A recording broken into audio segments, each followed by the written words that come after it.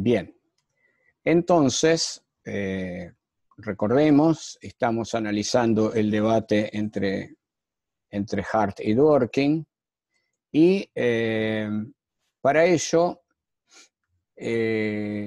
hemos hecho este confronte, digamos, entre lo que opina Hart y lo que opina Dworkin, y estamos analizando la tesis de Hart, digamos, la réplica de Hart a Dworkin. Hart en sustancia va a decir que Dworkin exagera de una parte la certeza a la cual podría conducir, o que el propio Hart habría sostenido que el sistema tal como él lo describe podría conducir, así como también exagera la incerteza que pudiera provenir de utilizar los principios para decidir. Él admite que una función importante de la regla de reconocimiento es disminuir la incertidumbre sobre cuál es el derecho aplicable. Es decir, dice Hart, si no tuviéramos una regla que nos indicara cuáles son las normas que podemos aplicar, o mejor dicho, cuáles son los enunciados que podemos considerar normas, el derecho sería caótico o virtualmente no existiría. Pero tampoco quiere decir que el hecho de tener una regla de reconocimiento que nos diga cómo las normas pueden ser producidas implica que no podamos aplicar valores o otro tipo de contenidos que los que poseen las propias reglas para resolver sobre todo lo que llamaba Dworkin los casos difíciles. Hart dice, hay que tolerar la incertidumbre. No puede haber certidumbre completa. Todo sistema tolera un margen de incertidumbre. En muchas reglas jurídicas, en muchas normas jurídicas, esto se da así, y es parte del funcionamiento del sistema identificar esos asuntos y decidirlos del modo más racional posible.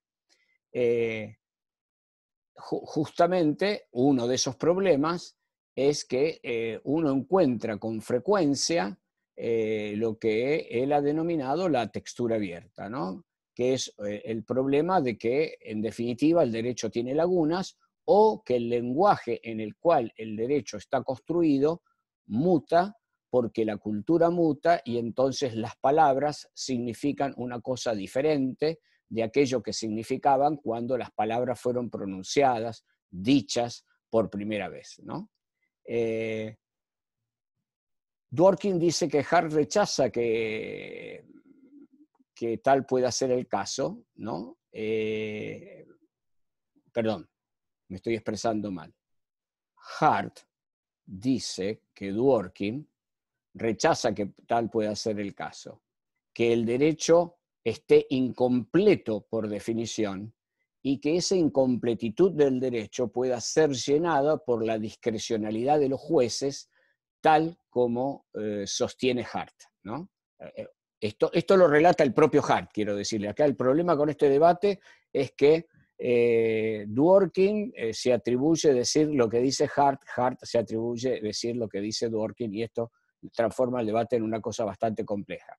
Pero esto es algo que está siempre presente en toda discusión, ¿no?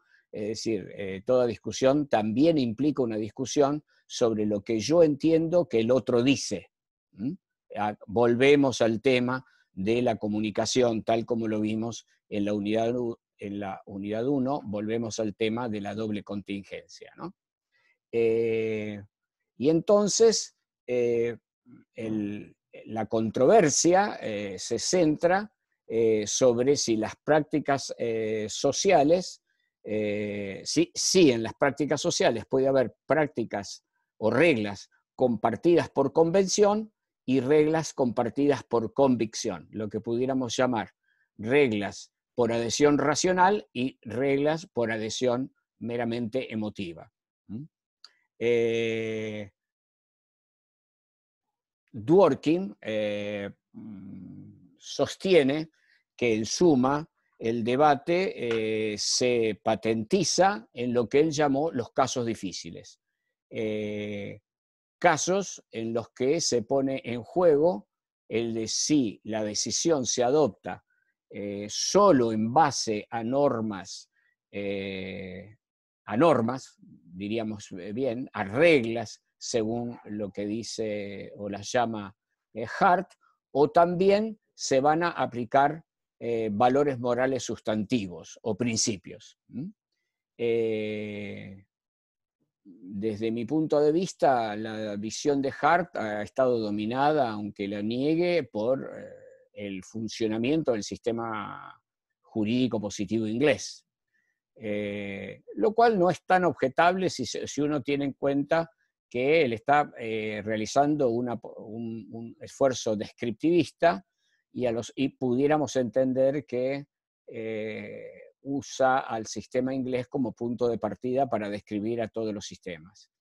Y Dworkin, si bien pretende que realiza una teoría normativa o prescriptiva solo para el sistema norteamericano, no deja de tener ciertas pretensiones, pudiéramos decir así, imperialistas o universalistas, en el sentido de pretender que sea una teoría que se pueda aplicar a todo sistema. Y es justamente esto lo que lo lleva a Dworkin a pensar que los sistemas contienen todos un método de integración, un método de superación de los conflictos de interpretación o de aplicación normativa, que cuando aparecen estos conflictos de interpretación normativa en eso que él llama los casos difíciles, los jueces pueden apelar a principios que están dentro del sistema y con esos principios encontrar la única solución correcta. Es decir, para él, por ejemplo, él cita un caso famoso de los Estados Unidos en donde el heredero legal de una persona la asesina para poder cobrar la herencia, para poder ponerse en el carácter de heredero, justamente. Y la justicia norteamericana determinó que no podía heredar porque nadie, aplicando el principio de que nadie puede valerse de su propio dolo. Y decía, esto no está en ninguna regla en el sentido de Hart en el sistema norteamericano. Lo que hizo el juez que resolvió este caso fue aplicar un principio íncito en el sistema jurídico norteamericano, pero no como una regla en el sentido hartiano del término. Y va a sostener que esto es así en todo sistema, o por lo menos en el sistema norteamericano. La afirmación de Dworkin puede compartirse, pero señalando dos cosas. Casi nadie discute, ni Hart en este sentido, yerra Dworkin para mí, nadie discute que en la formación de la decisión judicial, al lado de las reglas, hay principios. El propio Hart, vuelvo a insistir, lo admite. Pero entendemos que esto remite a comprender el fenómeno según el derecho también ha sido transmitido por academias, por la dogmática, que lo han sacralizado hasta el punto de hacernos pensar que así como hay, desde el punto de vista normativo, o nosotros sabemos, no sé, estamos en la Argentina, que hay tantas leyes dictadas por el Congreso de la Nación, vamos al boletín oficial y sabemos cuáles son las leyes. Nosotros no podemos inventar que existen más leyes de las que existen. En el planteo de Dworkin pareciera surgir que también tenemos un modo de averiguar cuáles son los principios que estarían vigentes, en su caso en el sistema norteamericano, en el nuestro en el sistema argentino, principios con los cuales nosotros podemos resolver los casos difíciles. Y en mi modo de ver, esto no es así. En primer lugar, porque no hay tal taxonomía de los principios. Prueben ustedes con tratar de encontrar en los tratados de derecho que alguno le diga cuáles son los principios aplicables en la materia. Van a encontrar en todos los tratados alusiones a principios, pero no van a encontrar uno solo que le diga los principios son estos 4, son estos 5, son estos 7, son estos 11. Van a encontrar principios. Y lo que van a encontrar en la jurisprudencia y en los tratados, en la dogmática, es creaciones de nuevos principios, apariciones de nuevos principios, que a veces son creaciones de la dogmática, que a veces son creaciones del legislador, que a veces son creaciones de los propios jueces, es decir, de la jurisprudencia. Con lo cual, el problema retorna. Entonces, tenemos siempre, nos podemos preguntar, ¿cuáles son esos principios? ¿Cómo los identificamos? ¿Cómo los elegimos si compiten entre sí? Dworkin me dirá que podemos hacer, como dice Robert Alexy, podemos hacer un juicio de ponderación, es decir, hacer primar un principio sobre otro o sobre otros. Pero quisiera yo saber, y por eso critico esta posición, que se pudiera, quisiera yo saber, perdón, cómo es que hago esa ponderación en base a qué. Es posible que esa ponderación termine llevándome a ese punto de irracionalidad de la que hablábamos muy al comienzo de la clase sobre el tema de la interpretación en el derecho, en la teoría de la interpretación de Kelsen, que dice que cuando el juez tiene determinado el marco de la norma, el marco normativo, la elección que hace de la decisión final a adoptar frente a los sujetos que están envueltos en el caso jurisprudencial, en el caso judicial, es irracional, ¿no? Y otra vez iríamos a Freud y a cómo los seres humanos adoptamos decisiones en cualquier cosa que sea. Y el último autor que vamos a ver en esta parte, antes de pasar al último tema, es a Duncan Kennedy. Duncan Kennedy es también un autor norteamericano, también de Harvard, quien pudiéramos decir ya desde los títulos de su obra pone de manifiesto su posición ideológica, ¿no? Hay un texto célebre de Ronald Dworkin, que es justamente en donde hizo la crítica del modelo de las normas de Hart, que se llama Tomando los derechos en serio, o los derechos en serio, y yo, aludiendo a un título de Duncan Kennedy, caratulo esta última parte como Tomando la ideología en serio.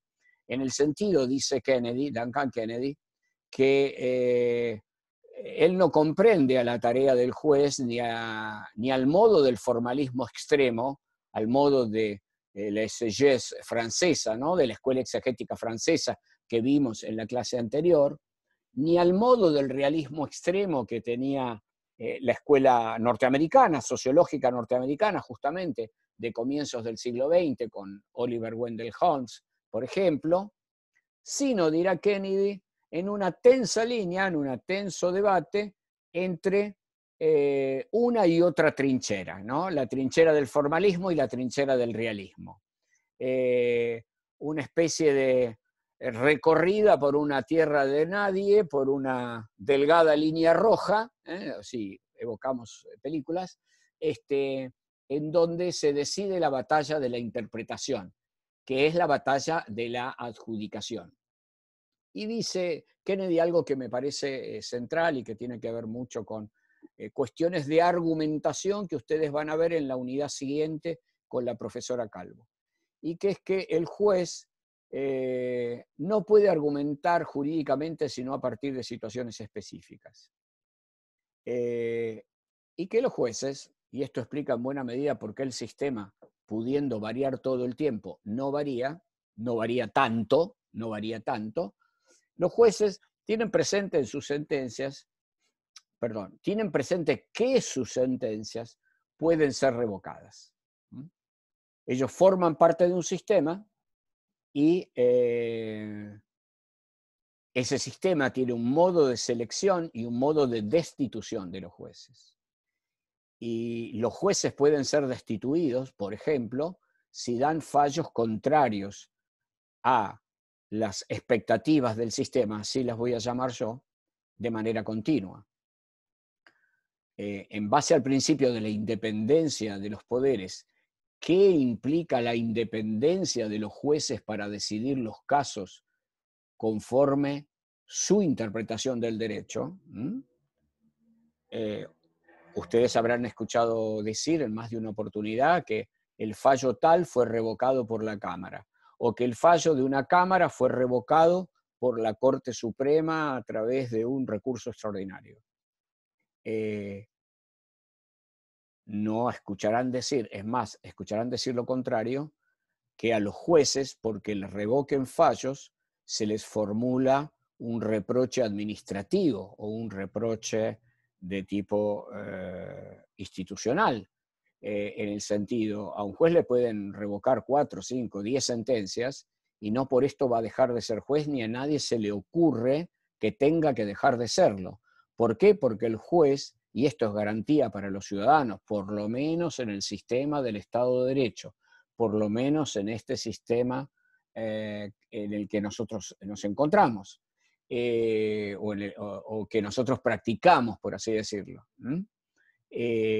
Justamente habrán escuchado decir algunas veces, sobre todo en nuestro país, que es tan aficionado a que existe tanta afición por parte de los poderes políticos de querer sujetar al Poder Judicial a sus decisiones, habrán escuchado más de una vez a algún político pedir el juicio político contra un juez o contra la corte o contra algún juez de un tribunal, porque dictó un fallo así o asá.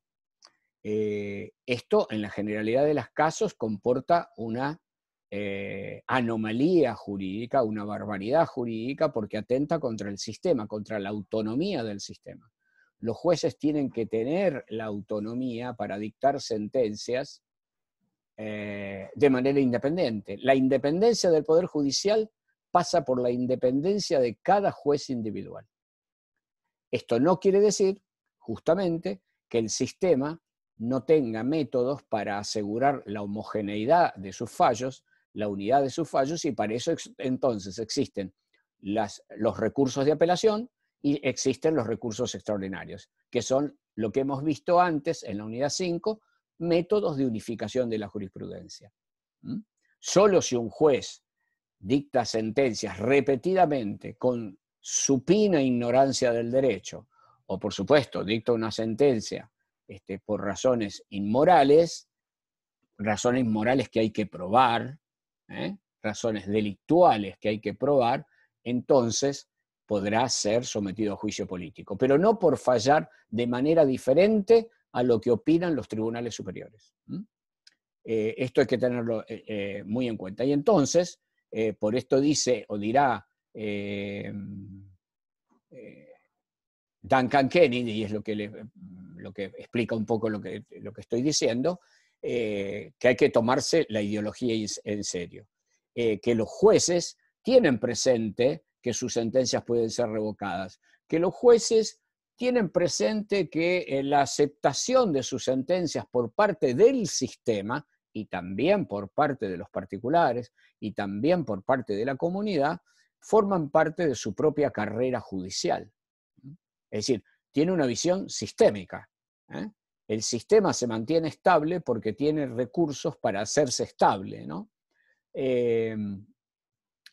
Y esto es lo que explica, dice Duncan Kennedy, que desde muy antiguo, incluso en Inglaterra, los jueces tenían facultades de equity, de equidad, ¿no? La epikeia de la que hablaba Aristóteles en la Ética a Nicómaco, ¿no? Y aunque en Estados Unidos los juzgados de equidad y los juzgados de derecho se han unificado, la discusión por este asunto permanece y las decisiones de los jueces, dice Duncan Kennedy, están mediadas por la visión ideológica del juez. Y visión ideológica del juez significa que cada caso, en cada caso, la demanda que se presente, la querella, implica una concepción de la ley. Y es una concepción de la ley que tendrá un resultado jurídico distinto. El ejemplo que yo les traigo, y que también usa Duncan Kennedy, es el caso muy célebre del movimiento por los derechos civiles en los Estados Unidos llamado Brown versus Board of Education, que es un caso sobre no discriminación, ¿no? O podrían ver Bell versus Maryland, que es un caso sobre formas de protesta social. O en el caso argentino podemos ver las causas Sellán o la causa Schifrin. La causa Schifrin fue la primera causa donde se habló en una sentencia de la Corte, o se recepcionó en una sentencia de la Corte, la idea de que no puede ser penalizada la protesta social. Y lo traigo porque justamente el caso que toma Duncan Kennedy como ejemplo para plantear esta cuestión del marco ideológico. Recuerden que todo este tema que estoy hablando es de los marcos de la decisión. Y aquí lo que estamos hablando es del marco ideológico. El caso que trae Duncan Kennedy es el caso de unos obreros, es un caso simulado, un caso que él imagina, de unos obreros de una empresa de transporte que por un reclamo laboral impiden, haciendo una sentada frente a la salida de ómnibus de la empresa, que los ómnibus puedan salir. Y entonces el juez tiene que encuadrar el caso. El caso encuadra como como un delito o una infracción administrativa por impedir la libre circulación, o el caso encuadra como una protesta de las que admite la Constitución, como libertad de expresión, como forma de libertad de expresión y como forma del reclamo de los derechos civiles. Bien, y dice, esa opción que es el comienzo, cuando el juez enmarca el caso para decidir, es una opción ideológica y permite ver esto que está queriendo afirmar Duncan Kennedy, ¿no? De un lado, pudiéramos tener una visión que desde el punto de vista ideológico es individualista, que privilegia el valor de la autonomía privada, del capital, etcétera, y otra que privilegia lo colectivo, que privilegia lo solidario, etcétera, ¿no? Y así los jueces dice que construir su tarea a tratar de satisfacer dos fines, ¿no? De una parte, asegurar el área de actividad de las personas, ¿no? En particular en relación a los bienes, a la propiedad privada, a sus conductas. Y del otro, asegurar la estabilidad y claridad de las reglas de juego, a cuyo interior se producen también los intercambios de bienes y servicios. Para la concepción de un juez neoliberal, supongamos, el juez está ahí como un árbitro que solo vigila que no se cometan infracciones en el juego, en las reglas del juego. Para una concepción más solidaria, más socialista, podríamos decir, el juez va a demarcar la solución a partir de el valor de la solidaridad, del altruismo, por el cual se puedan definir las acciones o las actitudes de la gente, ¿no? Entonces, para Kennedy no hay posiciones, digamos, definitivas, o no hay una receta para resolver este asunto de una vez y para todos y para todas. No existe un modo de resolver esta tensión. Y siempre estará presente en todo debate judicial, en toda cuestión judicial, esta tensión justamente entre principios, entre visiones, entre marcos ideológicos y simplemente lo que veremos es el desarrollo en cada oportunidad de esta metodología por parte de los jueces.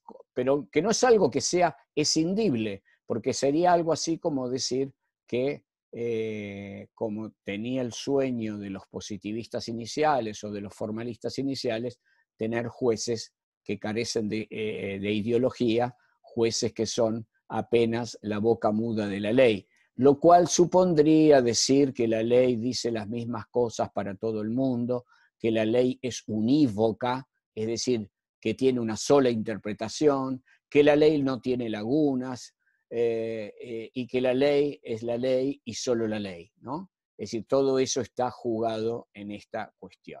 Bien, nos quedan unos pocos minutos, los voy a emplear en realidad para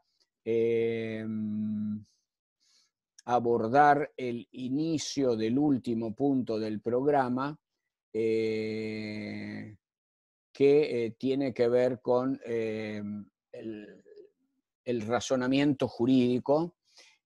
Voy a dar hasta que se nos corte la clase, digamos unos breves tópicos, y después vamos a subir los PowerPoints, amén de que todo esto, como les digo e insisto, está en el cuaderno de cátedra y lo pueden repasar ahí. Ahí Milena pregunta. No diría que Kennedy está entre Dworkin y Hart. Sería como una tercera posición, como una tercera posición. De una parte y más amplia, ¿no? Kennedy estaría diciendo que pareciera que en Hart y en Dworkin, la discusión se limita a si, aparte de las normas, hay principios que, como les digo, Dworkin dice que Hart niega que haya principios y Hart le dice, no, yo no niego que haya principios. Por lo tanto, si nos atenemos a las palabras del propio Hart y del propio Dworkin, para Hart y para Dworkin, los principios juegan un rol en las decisiones jurídicas. Sí hay una diferencia muy profunda entre Hart y Dworkin, en que para Hart las decisiones en el derecho están inciertas en ciertos casos, producto de lo que él llama la textura abierta, si quieren ustedes, la existencia de lagunas o la existencia de la vaguedad en las palabras del derecho. Cuestiones que Dworkin tampoco niega que existan, solo que Dworkin dirá que a través de los principios se resuelven y se encuentra la solución correcta. Para Hart no habría una solución correcta, sino que habría soluciones que cada juez pueda producir. Hart no va tan lejos como Kennedy en el sentido de afirmar la primacía de lo ideológico, que es lo que hace Duncan Kennedy. Y entonces, este matiz, que es sumamente importante, porque lo que nos está advirtiendo Duncan Kennedy es que ya en ese a priori, en ese momento inicial de la visión del problema jurídico, del caso, del case que va a analizar el juez, ahí ya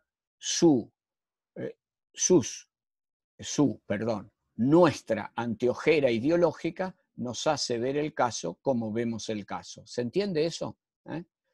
Por eso les recordaba lo de cómo leer el personaje de Shylock en el judío del mercader de Venecia, con unas anteojeras ideológicas o con otras. Si lo veo con las anteojeras antisemíticas, propias del nazismo, propias del antisemitismo, que todavía existe en un grado desmesuradamente grande en las sociedades contemporáneas, también en la Argentina, y no solo antisemitismo, ¿no? Digamos, antisemitismo como una de las formas más diseminadas de discriminación en relación de la cultura, en relación del origen cultural, geográfico. Eludo decir racial porque no creo en la existencia de las razas. Ya la idea de raza es una idea que hay que desterrar, ¿no? De por sí. Entonces, pero adoptando ese criterio que les decía, había estudiado en el caso de las puestas teatrales del Mercader de Venecia en Inglaterra, se mostraba cómo la anteojera ideológica del momento influenciaba el modo en que el director de la obra ponía la obra. Por supuesto, la propia ideología del director. El director un antisemita, entonces el director hace de Shylock un personaje despreciable, un personaje villano, un personaje detestable. El director tiene otra posición, como la que ustedes pueden ver en esta película de Michael Radford que les recomiendo, y verán entonces a un Shylock virtualmente transformado en un héroe, en alguien que padece la aplicación formalista del derecho con recursos, pudiéramos decir, con artilugios sofísticos por parte de las autoridades de Venecia, para desposeerlo de sus medios, para desposeerlo de razón. Esto me parece como sería como un muy buen ensayo para entender qué es lo que dice o lo que quiere decir Duncan Kennedy. ¿Se comprende eso?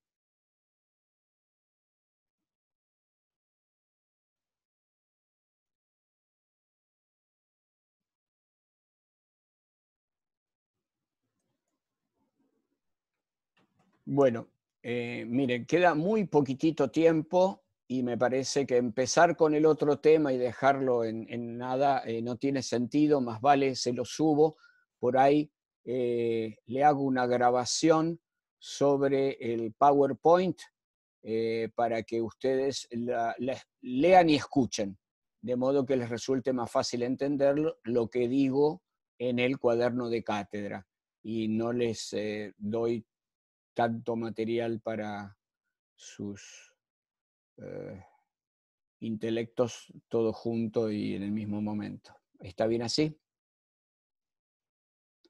Bueno, así quedamos. Entonces, vamos a tratar, gracias a ustedes, Sergio, vamos a tratar de subir, como les digo, si nos funciona bien hoy Internet, las clases faltantes, esto que les dije recién, y ahora van a pasar cada uno a su comisión para repasarlo de la unidad 5. Y esténse atentos a la PETCO, porque ahí les vamos a poner todas las noticias sobre cuestionario de control de lectura, sobre el trabajo práctico 3, sobre el segundo parcial, sobre el recuperatorio, cómo terminamos el cuatrimestre, etc.